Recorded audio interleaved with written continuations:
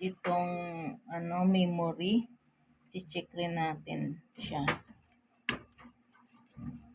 Kasi minsan, ito ang dahilan bakit di mag-open yung computer. Ito lang guys, eraser lang siya. Pahid lang siya ng slight lang. Yan. Tapos kabila, slight lang din. Yan. Tapos pahiran mo siya ng dahan-dahan lang tissue. Kasi ito yung gold, yun yung kailangan hindi siya matanggal. Kaya slight lang yung pagpahid. Tapos balik natin.